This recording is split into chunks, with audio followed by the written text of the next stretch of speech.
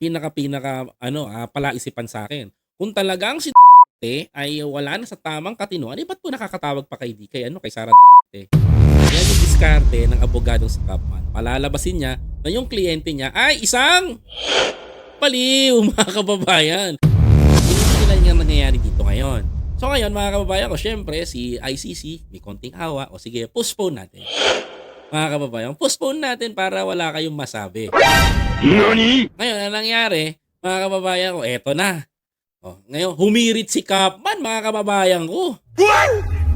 Humirit. Alam niyo anong hinirit? Interim release. Haba, ang lupit nito mga kababayan ko. Ito, Wala pang katiyakan kung kailan mangyayari yan. Kaya giit ng mga abogado ni Duterte, hindi makatarungang manatiling nakakulong si Duterte habang ipinoproseso ang mga usapin kaugnay ng kanyang kalusugan, lalo na't maaaring magtagal ito. samantalang sabi ni Katie, mga kababayan ko, sabi ni, kung wala sa katinuan, ibig sabihin, o sabihin na natin na si dating Pangulong ay na babaliw. Eh, bakit to nakakatawag pa kay Sara Di ba? Yan yung pinaka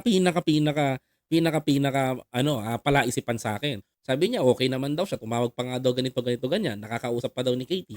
Ito yung mga palusot ng abogado, mga kababayan ko, di ba? Yan yung pinaka-ano doon, mga kapatid. O, ano pa? Hindi rin daw makahahadlang sa paglilitis ng interim release at ang bansang tatanggap kay Duterte ay may pananagutang tiyakin ang pagtupad sa mga kondisyon ng ICC. Talaga ba?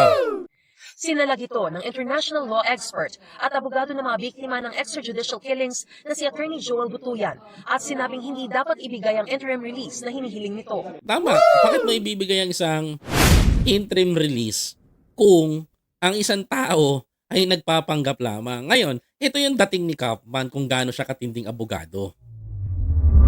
Alam niyo kung ano, mga kababayan ko. Alam niyo kung bakit. Yan yung diskarte ng abogadong si Kaufman. Palalabasin niya na yung kliyente niya ay isang baliw, mga kababayan. Para hindi matuloy yung kanyang preliminary hearing. Kung saan malalaman ni kung doon ay kakasuhan ba siya tuloy ang hearing o hindi. Ang galing talaga magdrama ng ano. Remember that the former president was a fiscal. So alam niya kung paano gagawin.